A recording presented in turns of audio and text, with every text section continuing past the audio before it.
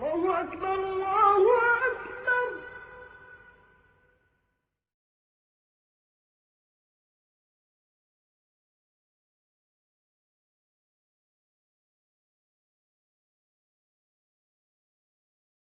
صحیح بخاری حدیث نمبر 136۔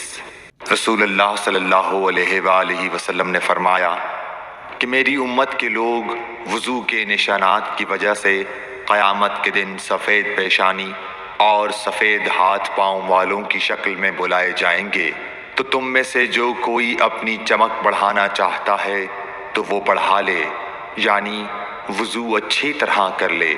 صحیح بخاری حدیث نمبر 137۔ رسول کریم صلی اللہ علیہ وسلم سے شکایت کی گئی کہ ایک شخص ہے جسے یہ خیال ہوتا ہے کہ نماز میں کوئی چیز یعنی ہوا نکلتی معلوم ہوئی ہے۔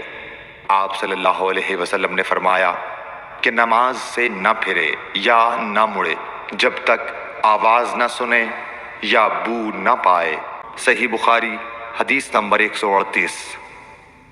نبی کریم صلی اللہ علیہ وسلم سوئے یہاں تک کہ آپ خراٹے لینے لگے، پھر آپ نے نماز پڑھی، اور کبھی راوی نے یوں کہا کہ آپ صلی اللہ علیہ وسلم لیٹ گئے پھر خراٹے لینے لگے، پھر آپ صلی اللہ علیہ وسلم کھڑے ہوئے، اس کے بعد نماز پڑھی۔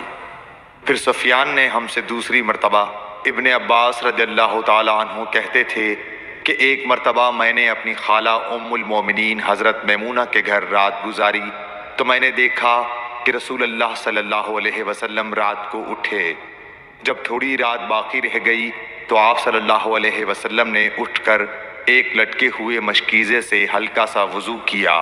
عمرو اس کا ہلکا پن اور معمولی ہونا بیان کرتے تھے، اور آپ کھڑے ہو کر نماز پڑھنے لگے تو میں نے بھی اسی طرح وضو کیا جس طرح آپ صلی اللہ علیہ وسلم نے کیا تھا، پھر آ کر آپ کے بائیں طرف کھڑا ہو گیا۔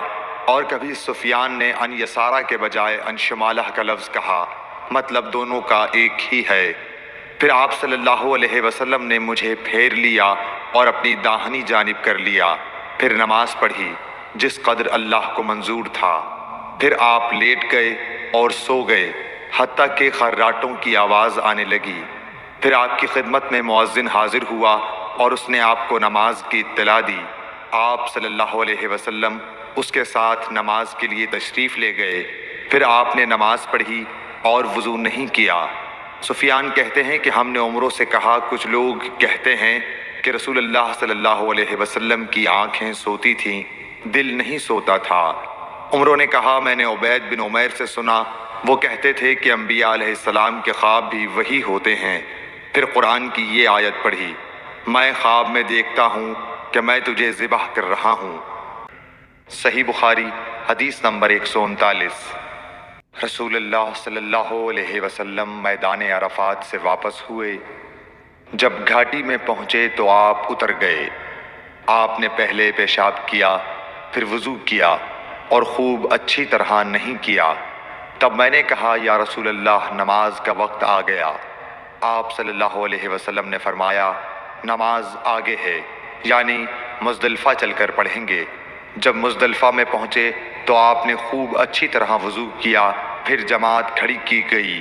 آپ صلی اللہ علیہ وسلم نے مغرب کی نماز پڑھی، پھر ہر شخص نے اپنے اونٹ کو اپنی جگہ بٹھایا، پھر عشاء کی جماعت کھڑی کی گئی اور آپ نے نماز پڑھی، اور ان دونوں نمازوں کے درمیان کوئی نماز نہیں پڑھی۔ صحیح بخاری حدیث نمبر 140۔ ابن عباس رضی اللہ تعالیٰ عنہ نے وضو کیا تو اپنا چہرہ دھویا، اس طرح کہ پہلے پانی کے ایک چلو سے کلی کی اور ناک میں پانی دیا، پھر پانی کا ایک اور چلو لیا، پھر اس کو اس طرح کیا، یعنی دوسرے ہاتھ کو ملایا، پھر اس سے اپنا چہرہ دھویا، پھر پانی کا دوسرا چلو لیا اور اس سے اپنا داہنا ہاتھ دھویا، پھر پانی کا ایک اور چلو لے کر اس سے اپنا بایاں ہاتھ دھویا، اس کے بعد اپنے سر کا مسح کیا، پھر پانی کا چلو لے کر داہنے پاؤں پر ڈالا اور اسے دھویا، پھر دوسرے چلو سے اپنا پاؤں دھویا، یعنی بایاں پاؤں۔ اس کے بعد کہا کہ میں نے رسول اللہ صلی اللہ علیہ وسلم کو اسی طرح وضو کرتے ہوئے دیکھا ہے۔